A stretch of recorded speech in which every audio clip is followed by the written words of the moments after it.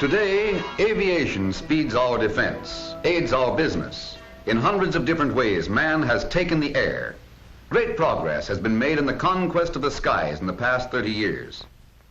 Back in the year 1910, 50 miles an hour was about tops. Wherever it went, this flying barn door had a regular built-in headwind. It dragged along tons of air.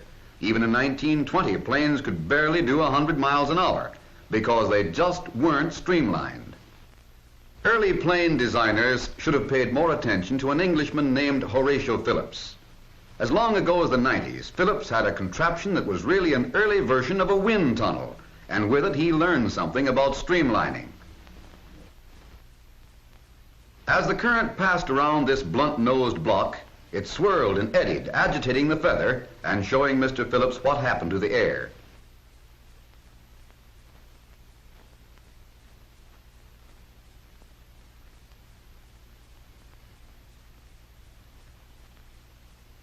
Finding that the air was much disturbed by its passage around the square block, Mr. Phillips experimented with many others.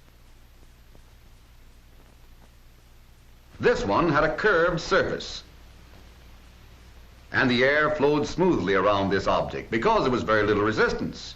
Mr. Phillips had discovered the basic principle of streamlining, which is simply shaping lines so the air can pass over smoothly without too much resistance. But somehow nobody thought this was very important at the time. Mr. Phillips was forgotten until years later we wanted to make our planes go faster. Then began scientific research to learn the secrets of air in motion. Man-made cyclones shriek through modern wind tunnels at speeds as high as 760 miles per hour, even faster than the speed of sound. The brainchild of Horatio Phillips has come of age at last, in this age of wings.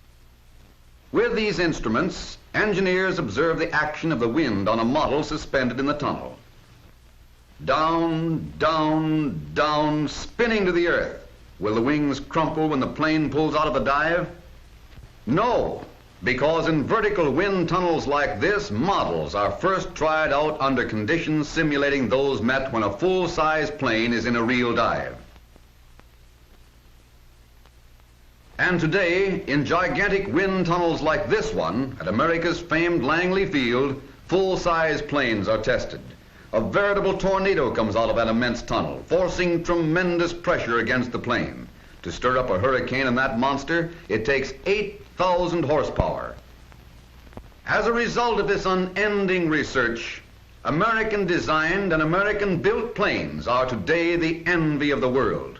Ultra-streamlined beauties which slip through the air at better than 400 miles an hour. Engineers found that the same principles of streamlining could be applied to craft moving through the water. So today the hulls of seaplanes are designed from tests made in this artificial river. The huge framework above the water is a rolling carriage which will tow this model hull at speeds equivalent to 80 miles an hour. Hang on as we go with the engineers for a test.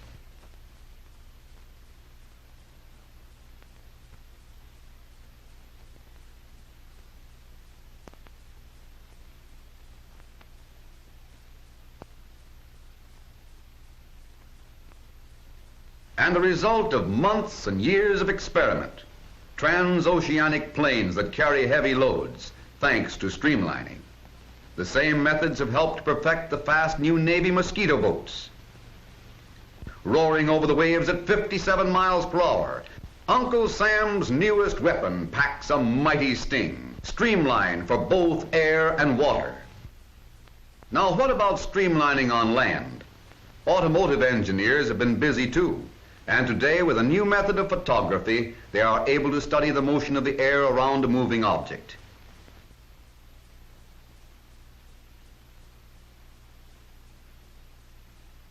A stream of air will be blown against this block. We will be able to see what happens to the air just as if the block were moving ahead. Hitting the front of the block, the air meets a lot of resistance, as in the old-fashioned automobile, which was shaped something like this. Resistance wasn't much less when cars of a few years ago were shaped like this block. But the engineers kept on improving, rounding off sharp corners and slanting flat surfaces, until today The contour of the modern automobile follows a design which is the result of many experiments. Here is the streamlined shape of our most modern automobile, designed so that the air streams by in a smooth, easy line, which is the basis of all streamlining. Thus, resistance is lowered, speed and safety increased. Let's take this car out on the road for some practical tests of streamlining. Those ribbons are floating easily across the top of the car because of streamlining.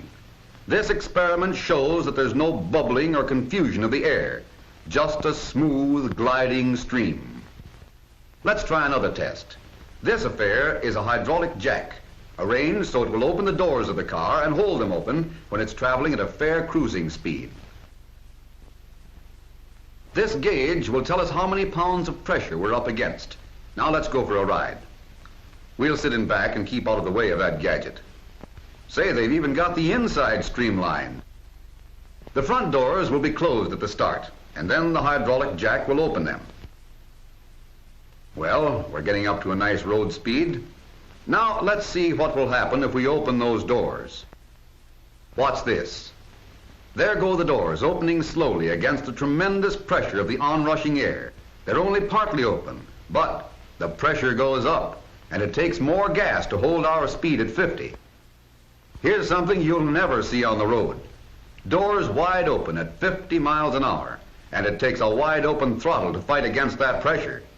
200 pounds of pressure, and using twice as much gas to keep that speedometer up there.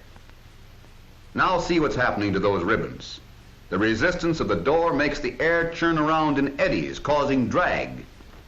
This experiment shows the terrific pressure the engineers had to overcome, and did, by streamlining. The modern car, streamlined as it is, meets little resistance. Air currents can slip over the rounded contours, and that makes for greater safety. Automobiles of today are faster, safer, and more economical to operate. Designers and engineers have spent years of testing, years of finding out about the air and what it does. So on land, water, and in the air, America has been streamlined. America takes the air.